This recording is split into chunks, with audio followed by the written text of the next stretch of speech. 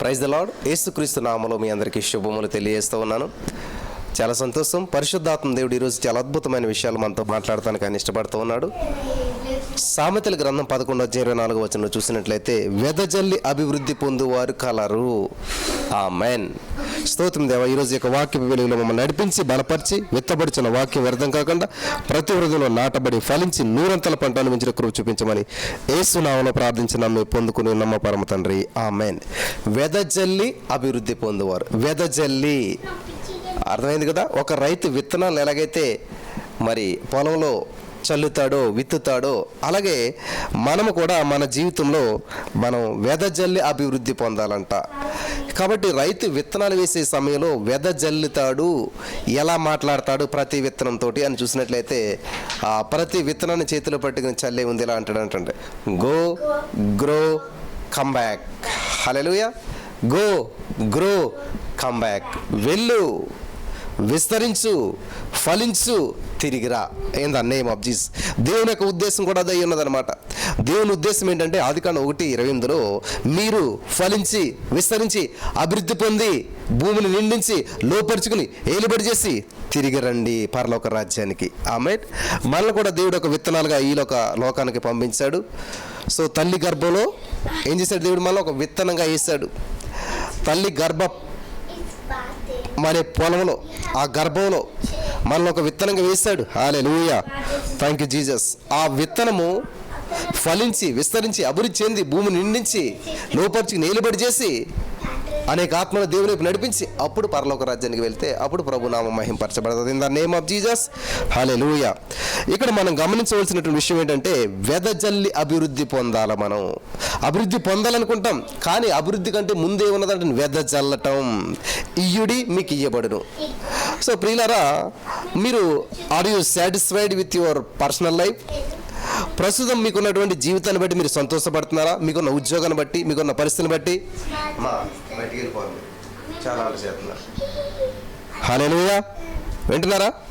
చాలా జాగ్రత్తగా మీరు గమనించినట్లయితే, మీకున్నటువంటి ప్రస్తుత జీవితాన్ని బట్టి మీరు సంతోషంగా ఉన్నారా, సాటిస్ఫాక్షన్గా ఉన్నారా, సంతృప్తికరంగా ఉన్నారా అంటే ఖచ్చితంగా అందరూ కూడా మరి ఏమని చెప్తారు? నా ప్రియమైనటువంటి సహోదరి స్నేహితులారా, ఏమి చెప్తారంటే ఖచ్చితంగా లేదు బ్రదర్, చాలా ఇబ్బందుల్లో ఉన్నాము.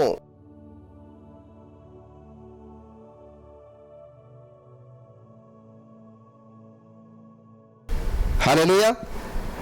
ఎవరిని అడిగినా కూడా లేదు బ్రదర్, సాటిస్ఫాక్షన్ లేదు, చాలా ఇబ్బందికరమైన పరిస్థితిలో ఉన్నాము, సంతృప్తి లేదు, ప్రస్తుతం చేస్తున్న ఉద్యోగంలో సంతృప్తి లేదు, ప్రస్తుతం చేస్తున్న పనిలో దేనిలో కూడా సంతృప్తి లేదు అనే ఖచ్చితంగా చెప్తారు అందరం.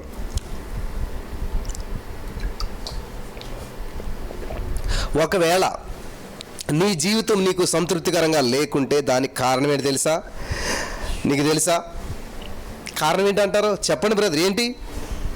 గడిచిన సంవత్సరాల్లో నీ యొక్క ఆలోచనలు, మాటలు, క్రియలు, నిర్ణయాలు ఫలితమే ఇప్పుడు నీవు అనుభవిస్తున్నటువంటి జీవితం. In the name of Jesus. Hallelujah. వింటున్నారా? గతంలో, నిన్న, మొన్న, గత నెల, గత సంవత్సరం, ఇంతవరకు నువ్వు గతంలో ఏదైతే ఇంతవరకు మరి గత సంవత్సరాలన్నిటిలో ఏదైతే ఇంతవరకు మరి నువ్వు ఆలోచన చేసావో, ఎటువంటి ఆలోచనలు కలిగి ఉన్నావో, ఎటువంటి మాటలు, ఎటువంటి క్రియలు, ఎటువంటి నిర్ణయాలు, వాటి యొక్క ఫలితమే ఈరోజు నువ్వు జీవిస్తున్న జీవితము. In the name of Jesus. మాటలు విత్తనాలు లాంటివి కాబట్టి జీవాలు పలకాలి. జీవమరణ 4వ విషయం కాబట్టి జీవాన్ని ప్రకటించండి, జీవాన్ని మాట్లాడండి. ఆర్థికపరమైనటువంటి అభివృద్ధి గురించి మాట్లాడండి, సమృద్ధి గురించి మాట్లాడండి. సమస్యల్లో ఉన్నా సరే సమృద్ధిని గురించి మాట్లాడాలి. హల్లెలూయా. ఇప్పుడు నీవు అనిపిస్తున్నటువంటి జీవితం గతంలో నీవు విత్తినటువంటి దానికి నీవు కోసుకుంటున్నటువంటి పంట. అర్థమైందా? ఇప్పుడు నీవు అనిపిస్తున్నటువంటి జీవితం గతంలో నువ్వు వేసినటువంటి విత్తనాల ఆ యొక్క పంటని ఈరోజు నువ్వు అనుభవిస్తూ ఉన్నావు. హల్లెలూయా. చాలా మందికి ఈ విషయం వినటానికి కానీ అంగీకరించడానికి కానీ మనసు ఒప్పుకోదు. వింటున్నారా? మనసు ఒప్పుకోదు. ఏంటండి గతంలో ఏదో చేస్తే ఇప్పుడు ఏంటండి మీరు ఏదో మాట్లాడుతున్నారు అసలని? ఏదో అంటారు కదా కొంతమంది, గత జన్మ పూర్వజన్మ అలాగే ఇలాగా ఆ పూర్వజన్మ ఫలితం అలా మాట్లాడుతున్నారండి మీరు. జాగ్రత్తగా గమనించాలి. మనుషుడా, దేవుడు వెక్కిరించబడ్డావు, నువ్వేది విత్తుతావో దాన్ని కోసుకుంటావు. హల్లెలూయా. కాబట్టి ఈరోజున నీ జీవితంలో, ఈరోజు నీ జీవితం విధానం, అనుభవం, నీకున్న ప్రతి పరిస్థితులు ఈ విధంగా ఉన్నాయంటే కారణం ఏంటంటే గతంలో నువ్వు పలికిన మాటలు, గతంలో నువ్వు చేసినటువంటి నిర్ణయాలు, ఆలోచనలు, ఇవన్నిటి యొక్క ఫలితం అవన్నీ ఈ రోజున అనుభవిస్తూ ఉన్నావు. మరి రేపు నీ జీవితం బాగుండాలంటే, నీ భవిష్యత్తు బంగారంగా ఉండాలంటే ఏం చేయాలంటండి? పలకాలి. ఏం పలకాలి? మంచిని పలుకు, సమృద్ధిని పలుకు, అభివృద్ధిని పలుకు in the name of Jesus. Hallelujah. Ezekiel గారు ఎముకల లోయలోకి వెళ్ళి ఏం చేశాడు? ఆయన చూశాడు ఎముకల లోయ, కానీ జీవాన్ని ప్రకటిస్తూ ఉన్నాడు in the name of Jesus. ప్రకటించిన వెంటనే రాలేదు, ఫలితం వెంటనే రాదు, ఫలితం కొంచెం తర్వాత వస్తుంది. ముందు మాట తర్వాత ఫలితం, ముందు పని తర్వాత ఫలితం, అంతే కదా? ఎక్కడైనా జీతం ఎవరేస్తారు మనకి? ముందు పని చేశాక తర్వాత జీతం వస్తుంది. ఏ గవర్నమెంట్ అయినా, ఏ ప్రైవేట్ సెక్టర్ ఎక్కడైనా సరే, ముందు మనం పని చేసిన తర్వాత అప్పుడు జీతం మనకు వస్తుంది. హల్లెలూయా. అర్థమవుతున్న వారు అందరూ ఆమేన్ చెప్తాం. దేవునికి స్తోత్రం కలుగును గాక. ఇది చాలా ప్రాముఖ్యమైన విషయం, చాలా జాగ్రత్తగా గమనించవలసిన విషయం. అయితే సత్యం ఒకవేళ మనం బాధ పెట్టినా కానీ అది సత్యం కాకపోదు, అంతే కదా? నిజం చెప్పినప్పుడు బాధ అనిపిస్తుంది, అలాగని చెప్పదు నిజం కాకపోదు. నీకు బాధ అయినా కష్టమైనా సత్యము సత్యమే.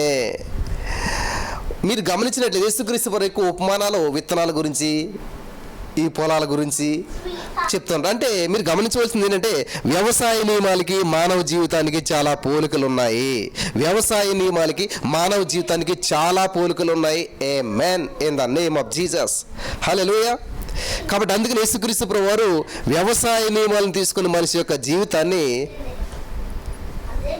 ప్రభువారు సామాన్యులకి అర్థమయ్యే భాషలో, వ్యవసాయం కనిపిస్తుంది కాబట్టి వాళ్ళకి అర్థమయ్యే భాషలు, ఈ యొక్క వ్యవసాయపు విత్తనాలు, పొలము, వీటిని ఉదాహరణలు తీసుకుని మరి అందరికీ కూడా అర్థమయ్యే భాషలో తెలియజేశాడు, అర్థమయ్యేలా వివరించాడు ఉపమాన రూపంలో.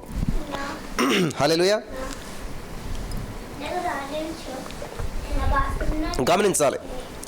అయితే దేవుడు మనకు సహాయం చేయటానికి మనలో ఉన్నటువంటి ఆ యొక్క లోపాలను చూపిస్తూ ఉంటుంటాడు, ఎందుకంటే మనకు సహాయం చేయటానికి.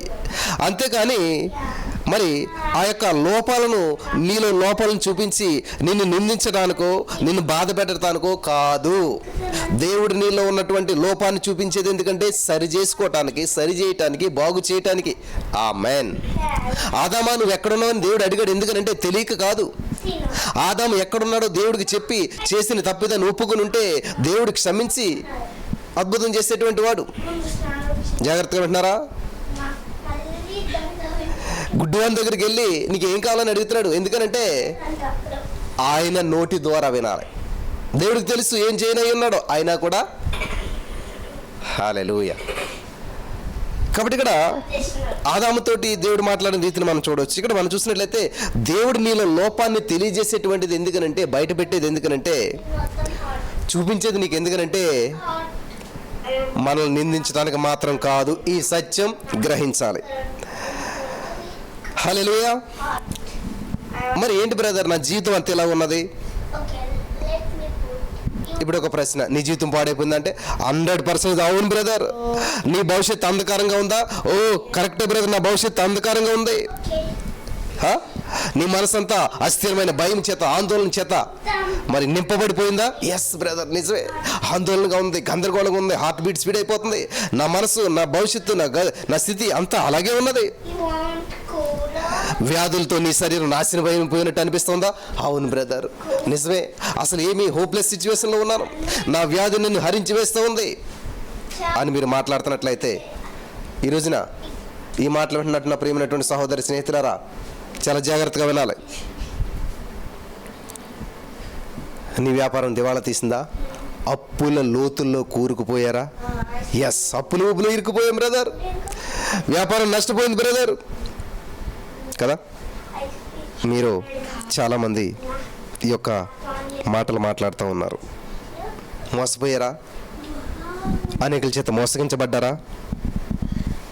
కుటుంబ సమస్యలతో విసిగిపోయి చనిపోవాలనేటువంటి నిర్ణయానికి వచ్చారా? బ్రదర్, ఇవన్నీ ప్రశ్నలు నన్ను అడుగుతున్నారా? నిజంగా నా జీవితంలో ఇవన్నీ ఇలా ఉన్నాయి అని మీలో చాలామంది అనుకుంటూ ఉన్నారు. గురి లేనటువంటి, అర్థం లేనటువంటి జీవితాన్ని జీవిస్తున్నారా? మీ జీవితంలో సర్వం కోల్పోయారా? సర్వనాశనం అయిపోయారా? సమస్తము శూన్యమైపోయిందా? జీవితం గందరగోళంగా ఉందా? ఆందోళనకరమైన పరిస్థితులు ఉన్నారా? ఎస్ బ్రదర్, నీ జీవితం ఇక ఎప్పటికీ బాగుపడలేనంత పాడైపోయిందా అని అనుకుంటున్నావా? ఎస్. అయితే ఈ రోజు నుంచి ఈ వాక్యం నీకోసమే, ఈ రోజు నుంచి ఈ మాటలు నీకోసమే. పరిశుద్ధాత్మ దేవుడు నూతనమైన విత్తనాలు నీ జీవితంలో నాటాలని ఆశపడుతున్నాడు. నీ జీవితాన్ని చిగురింప చేయాలనిపిస్తున్నాడు, ఆలోచన చేస్తున్నాడు. ఎండిన మూడిని చిగురింపజేసే దేవుడు మన దేవుడు. హల్లెలూయా.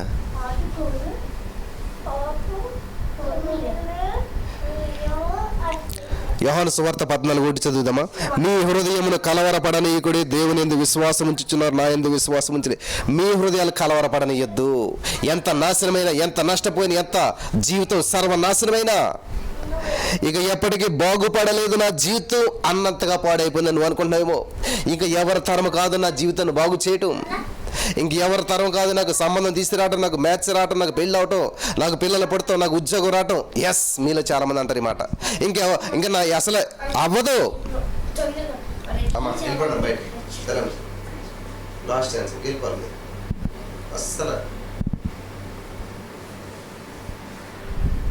వింటున్నారా? ఇంకా నా జీవితము బాగుపడదు కదా.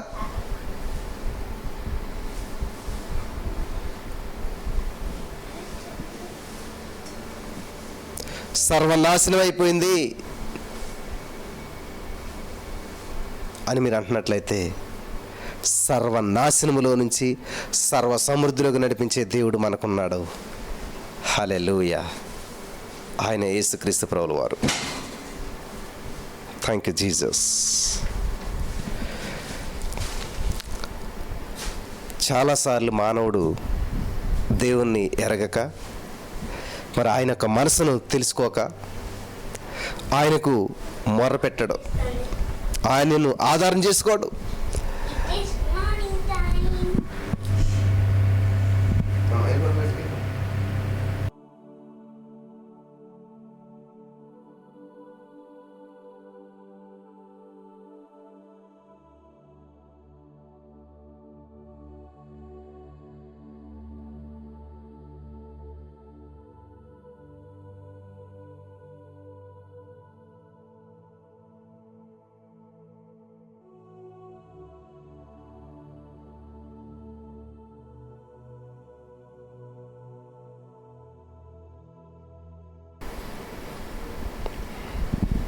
హల్లెలూయా.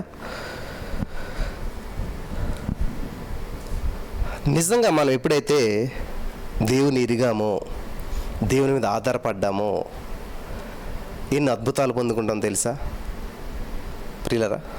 చాలా జాగ్రత్తగా గమనించాలి. ఆయన మనసు తెలిసినట్లయితే,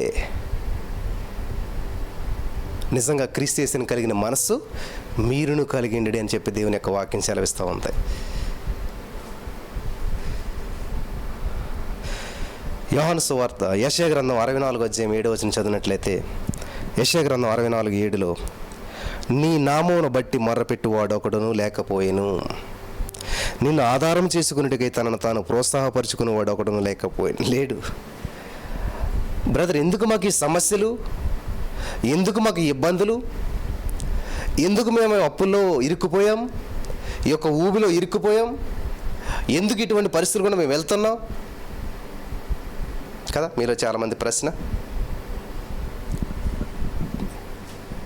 ఎందుకు ఇలా జరుగుతుంది, ఎందుకు మాకు ఈ సిచ్యువేషన్ అడుగుతున్నారా? మాట్లాడుతున్నారా? జాగ్రత్తగా వినాలి మీరు. ఇక్కడ దేవుడు చెప్తున్నాడు అనమాట, యెషయా గ్రంథం 64:7 నీ నామమును బట్టి మొర్రపెట్టువాడు ఒకడును లేకపోయాను. ఒక్కరు కూడా లేడంట.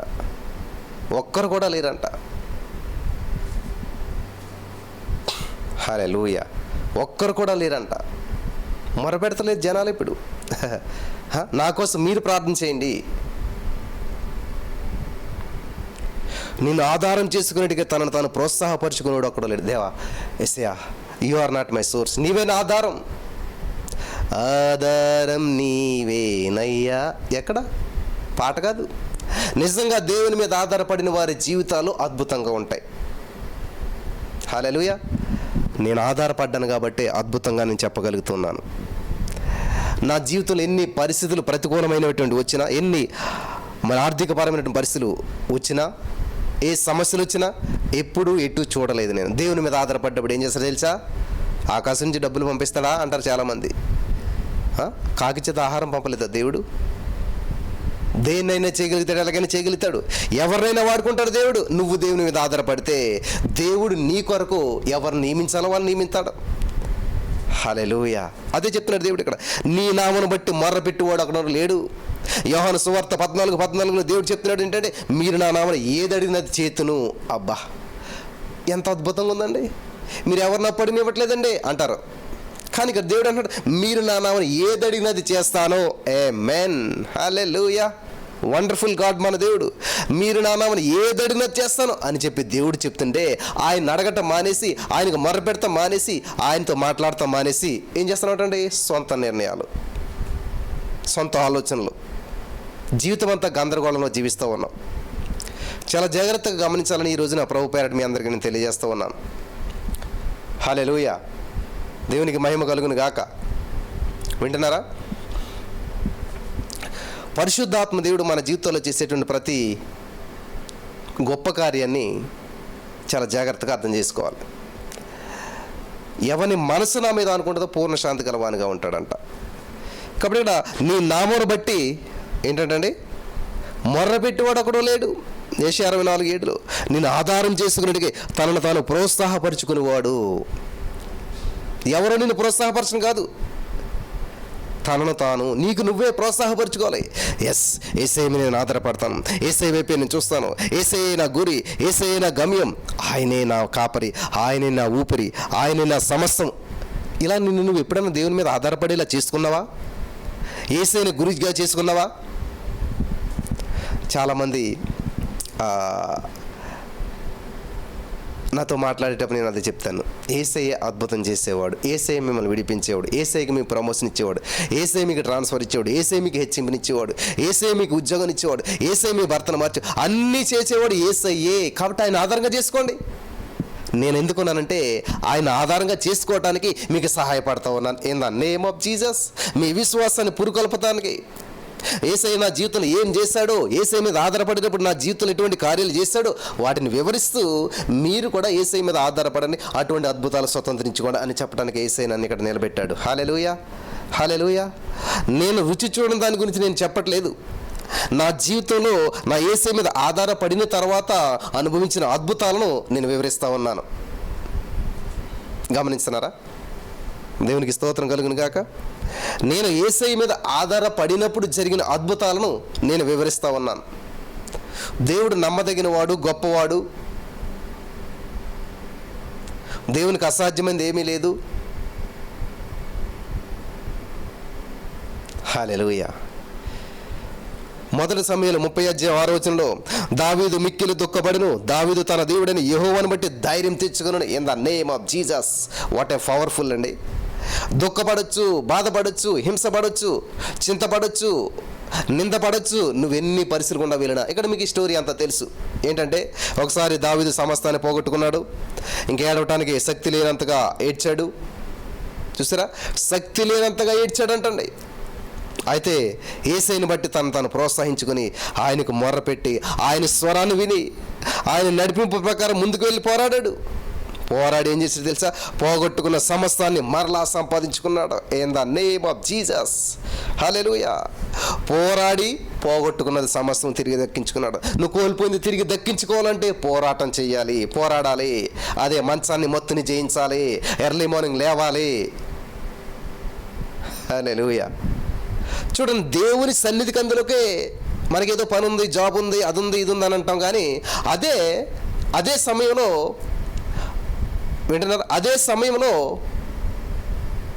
ఏదైనా పెళ్ళి అయితే, అదే సమయంలో ఏదైనా యాక్సిడెంట్ అయితే, అదే సమయంలో ఇంకోటి ఏదైనా వస్తే, హెల్త్ ఇష్యూ వస్తే, ఏదీ లేదు ఇంకా, అన్నీ అంతే. దేవుని సన్నిధికి రావటాకైతే అక్కడ ఇంపార్టెన్స్ ఇవ్వం మనం. దేవుని సన్నిధికి రావటానికి ఇంపార్టెన్స్ ఇవ్వం, దేవుని సన్నిధిలో ఇంపార్టెన్స్ ఇవ్వం. హల్లెలూయా.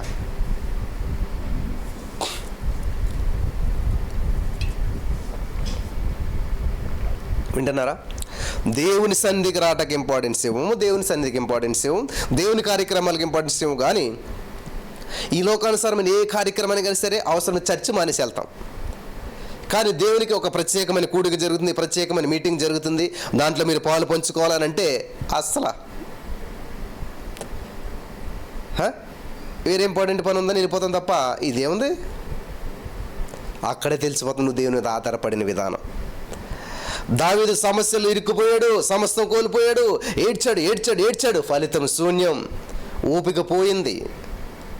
ఈ లోకంలో ఏడిస్తే బలహీనమవుతావు, ఈ లోకం వైపు చూస్తే బలహీనపడతావు, ఈ లోకం నిరుత్సాహపరుస్తుంది, ఈ లోకం నష్టాన్ని చూపిస్తుంది. In the name of Jesus, hallelujah. ఈ లోకం నీకు అపజయం చూపిస్తుంది, ఈ లోకం నీకు ఆందోళన చూపిస్తుంది, ఆర్థిక సమస్యలు అప్పుల సమస్యలు అన్ని మీద పడ్డట్టు చూపిస్తుంది. కానీ నువ్వు దేవుని దగ్గరికి వెళ్ళి in the name of Jesus దేవుని బట్టి ధైర్యం తెచ్చుకో, యెహోవాను బట్టి ధైర్యం తెచ్చుకో, ప్రోత్సాహపరచుకో, నిన్ను నువ్వు ప్రోత్సాహపరచుకో. ఏముంది యెషయా 64:7 ఏముందండి? నిన్ను ఆధారం చేసుకుని తనను తాను ప్రోత్సాహపరచుకునేవాడు ఒకడు లేడు. తనను తాను ఎంకరేజ్ హిమ్సెల్ఫ్ అని ఉంటుంది ఇంగ్లీష్లో. హిమ్సెల్ఫ్ అతనికి అతనే ఎంకరేజ్ చేసుకున్నాడంట దావీదు అని. ఓ జాషువా, నువ్వేం భయపడకు, ఏ సమస్య వచ్చినా నువ్వు జయించగలుగుతావు, యేసయ్య నీకు తోడుగా ఉన్నాడు అని. ఏం చేయాలి? ఎవరో వచ్చి మనల్ని ఆదరిస్తారు, ఎవరో వచ్చి మనకు సహాయం చేస్తారు, ఎవరో మన కోసం ప్రార్థన చేస్తారు, ఎవరో మనల్ని బలపరుస్తారు. అది కాదు, నిన్ను నువ్వు ఎంకరేజ్ చేసుకోవాలి. బ్రదర్, మేము ఎక్కడా వినలేదు ఇలాగా, మేము మిమ్మల్ని బలపరుస్తాంలేండి అంటారు. కానీ మీరేంటి, మీ ప్రార్థన మీరే చేసుకోవాలి, మిమ్మల్ని మీరే బలపరుచుకోవాలి. అసలే మరి ఇంకెందుకు మేము యూట్యూబ్లు చూడటం ఎందుకు, ఈ లైవ్లు చూడటం ఎందుకు, ప్రార్థన చేయటం ఎందుకు, బైబిల్ చదవటాలు ఎందుకు, అసలు చర్చికి వెళ్తాను ఎందుకు, మేము ఇంట్లోకి వచ్చి మేమే చేసుకుంటాం అంటారు చాలామంది కదా. చాలామంది ఇలా అంటారు. కాబట్టి ఈరోజు నీ మాటలు వింటున్న ప్రియమైనటువంటి సహోదరి స్నేహితులారా, దయచేసి గమనించాలి. దేవుడు నమ్మదగినవాడు. Encourage yourself. నీకు నువ్వే ఎంకరేజ్ చేసుకో, నీకు నువ్వే బలపరుచుకో, నీకు నువ్వే స్థిరపరచుకో, నీకు నువ్వే దేవునికి దగ్గరగా చూసుకో in the name of Jesus. నీకు నువ్వే దేవునితో అనుసంధానం చేసుకో, ఎంకరేజ్ చేసుకో.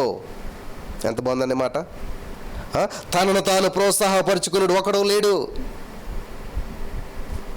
I'm rich, I'm blessed, I'm more than conqueror. నేను అత్యధిక విజయం పొందిన వ్యక్తిని. ఏది అది? నేను ఎంకరేజ్ చేసుకోవడం అంటే నేను పనికిరానివాడిని, నా వల్ల ఏమి కాదు, నేను సాధించలేను, ఇంకా నా బ్రతుకు అయిపోయింది, నా జీవితం అయిపోయింది, నా వయసు అయిపోయింది, నాకే సంబంధం రావట్లేదు, నాకే పెళ్ళి సెట్ అవ్వట్లేదు, నాకే ఉద్యోగం రావట్లేదు, నాకే జీతం రావట్లేదు, నాకే ఇన్కమ్ సోర్స్ లేదు. ఏంది ఇది? అది నిన్ను ఎంకరేజ్ చేసుకోవటం కాదు, నిన్ను నువ్వు డిస్కరేజ్ చేసుకోవటం, నిన్ను నువ్వు డిస్కరేజ్ చేసుకోవటం. దీనివల్ల ఫలితం శూన్యం, ప్రభువు నామం మహింపరచబడదు. నువ్వే స్థితిలో ఉన్నా సరే, నీ జీవితం ఎటువంటిదైనా సరే ఎంకరేజ్ చేసుకోవటం మొదలు పెట్టండి. Encourage your self. మిమ్మల్ని మీరు ఎంకరేజ్ చేసుకోండి. విత్తుట కోయట నియమం ఉన్నది ప్రియులారా. ఈ నియమం మన జీవితానికి చాలా ముడిపడి ఉన్నది. కాబట్టి నిన్ను ఎంకరేజ్ చేసుకుని ఎంకరేజ్ విత్తనాలు వేయి. నిన్ను నువ్వు ఎంకరేజ్ చేసుకున్న విత్తనాలు నాటు, నేను గొప్పవాడిగా చూసుకునే విత్తనాలు నాటు in the name of Jesus. యేసుక్రీస్తు నామమున ప్రభువా, ఈ వాక్యం ఇచ్చిన వారి జీవితాల్లో డిసప్పాయింట్మెంట్, డిస్కరేజ్మెంట్ చేసి ఎంకరేజ్మెంట్ ఇచ్చినందుకు వందనాలు, ప్రోత్సాహపరచుకుని ఇలా చేసినందుకు వందనాలు. ఆమేన్. ఇక్కడ ఉన్న ప్రతి వారు ప్రోత్సాహపరచబడదురు గాక, వారి జీవితాల్లో గొప్ప ఉద్యమం చూసేదురు గాక. హల్లెలూయా. యేసుక్రీస్తు ప్రభువులో ఉన్న జీవితం ఏంటనుకున్నారు? అద్భుతమైన జీవితం, ప్రతి సమస్యను జయించే విజయోస్తమైనటువంటి జీవితం. You are more than conqueror. నువ్వు అత్యధిక విజయం పొందినటువంటి వ్యక్తివి, ఓడిపోయిన వ్యక్తివి కాదు.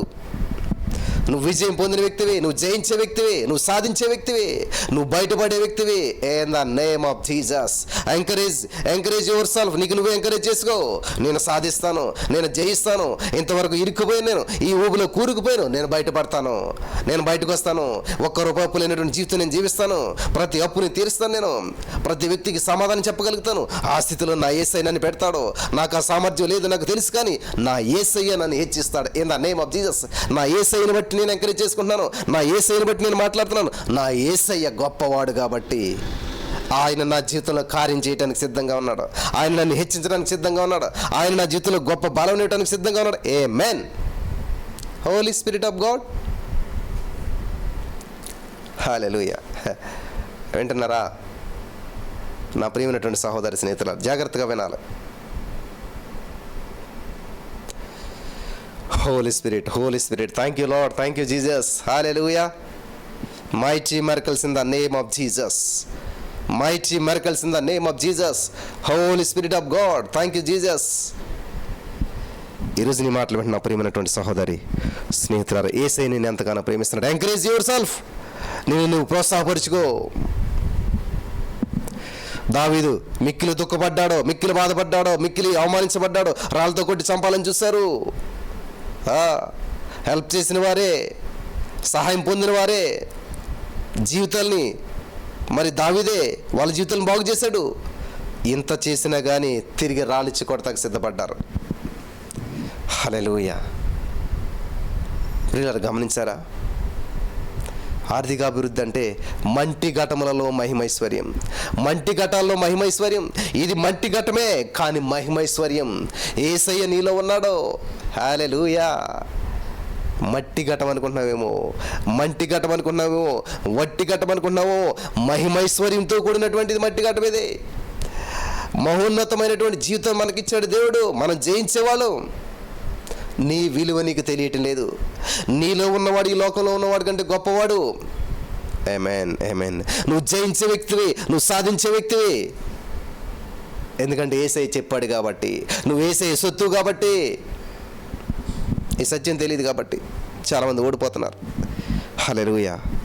సైతాను గడి వల్ల కానీ, మరి సైతాను మనుషుల వల్ల కానీ, నీ యొక్క అజ్ఞానం వల్ల నీ జీవితం నిరాకారంగాను శూన్యంగాను మారినా కూడా నీకు నిరీక్షణ ఉన్నది. హల్లెలూయా. నీకు నిరీక్షణ ఉన్నది. నీ జీవితం ఎలా పోయినా ఏమైనా కానీ నిరీక్షణ ఉంచు. ఆమేన్. సామెతలు 24:14 నీ ఆత్మకు జ్ఞానము దొరికిన యెడల ముందుకు నీకు మంచి గతి కలుగును, నీ ఆశ భంగమును కారేనదు. ఆమేన్. హల్లెలూయా. దేవునికి స్తోత్రం కలుగును గాక. ప్రియులు గమనించాలి, నీ జీవితంలో ఏది కోల్పోయినా పర్లేదు కానీ, వింటున్నారా? నీ జీవితంలో ఏమి కోల్పోయినా పర్లేదు కానీ నీ భవిష్యత్తుని గురించినటువంటి ఆశ, నిరీక్షణ మాత్రం కోల్పోవద్దు. ఆశ కలిగి ఉండండి, నిరీక్షణ కలిగి ఉండండి, ఎంకరేజ్ చేసుకోండి.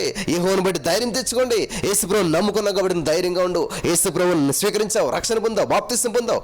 ఆయన బిడ్డ కాబట్టి నువ్వు ధైర్యంగా ఉండి అద్భుతాలను చూస్తావు, ఆశ్చర్యకార్యాలను స్వతంత్రించుకుంటావు.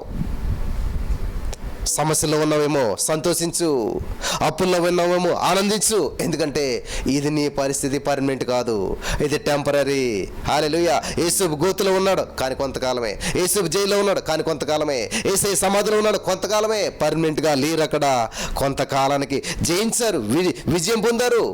వాళ్ళ పర్మనెంట్ ప్లేస్ ఎప్పుడు కూడా పవర్ఫుల్ ప్లేస్లోనే ఉన్నారు. Hallelujah. In the name of Jesus.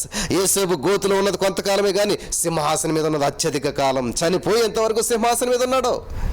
In the name of Jesus. ఈ రోజున నువ్వు అప్పుల్లో, రోగంలో, సమస్యల్లో, నిందల్లో, బాధల్లో, ఊహించిన పరిణామాల్లో చిక్కుకొని మరి ఆందోళనకరమైన జీవితంలో ఇంక భవిష్యత్తు ఏంటి, రేపేం సమాధానం చెప్పాలి, ఎలా అనేటువంటి జీవితం నువ్వు జీవిస్తున్నట్లయితే ఈ రోజున యేసయ్య నీ పక్షాన ఉన్నాడు. నిన్ను విడిపించి నిన్ను గొప్ప చేస్తాడు. అది పర్మనెంట్ కాదు, అది టెంపరీ మాత్రమే. హల్లెలూయా. నీ పర్మనెంట్ ప్లేస్ పవర్ఫుల్గా ఉంటుంది. In the name of Jesus. నా జీవితంలో నేను అప్పుల సమస్యలు గుండా వెళ్ళాను, తినడానికి లేని పరిస్థితులు గుండా వెళ్ళాను, కనీసం అన్నం ఉంటే కూర లేని పరిస్థితిలోకి వెళ్ళాను, నేను వాటర్ వేసుకుని తిన్న పొజిషన్లోకి వెళ్ళాను. కానీ అవి టెంపరీ, పర్మనెంట్ కాదు. సరైన గృహం లేదు, వర్షం వస్తే ఇంట్లో కూర్చేది, అది టెంపరీ, పర్మనెంట్ కాదు. ఇప్పుడు పర్మనెంట్ బిల్డింగ్ ఇచ్చాడు దేవుడు. హల్లెలూయా. అప్పుడు వర్షాకాలం వచ్చేస్తుందేమో, ఇంటి మీద ఆకులు ఎలాగేయాలి, ఎక్కడి నుంచి తేవాలి, ఇంటి మీద మరి కప్పు ఎలాగేసుకోవాలి, ఇది బాధ, చింత ఉంది. ఇప్పుడు ఒక 100 సంవత్సరాల వరకు ఇంటి కప్పు గురించి ఆలోచనే లేదు. చూసారా? ఏందన్నేమో ఇది పర్మనెంట్. కాబట్టి నువ్వు గతంలో ప్రస్తుతము కూడా ఒకవేళ ప్రతికూల పరిస్థితి గుండా వెళ్తూ చింతలు, సమస్యలు, ఇబ్బందులు, బంధకాల్లో, ఆందోళనలో, అప్పుల్లో, అనారోగ్యంలో, మానసిక ఒత్తుల్లో, కృంగుదల్లో, గుడ్రలతనంతో, వివాహం జరగని పరిస్థితులు గుండా వెళ్తూ ఉన్నావేమో, లోటులో ఉన్నావేమో, చింతలో ఉన్నావేమో, ఏడ్చి ఓపికలేని పరిస్థితులు నువ్వు వచ్చేసావేమో. ఎదురు చూసి ఇంకా పెళ్ళి అవుతుంది అని చెప్పి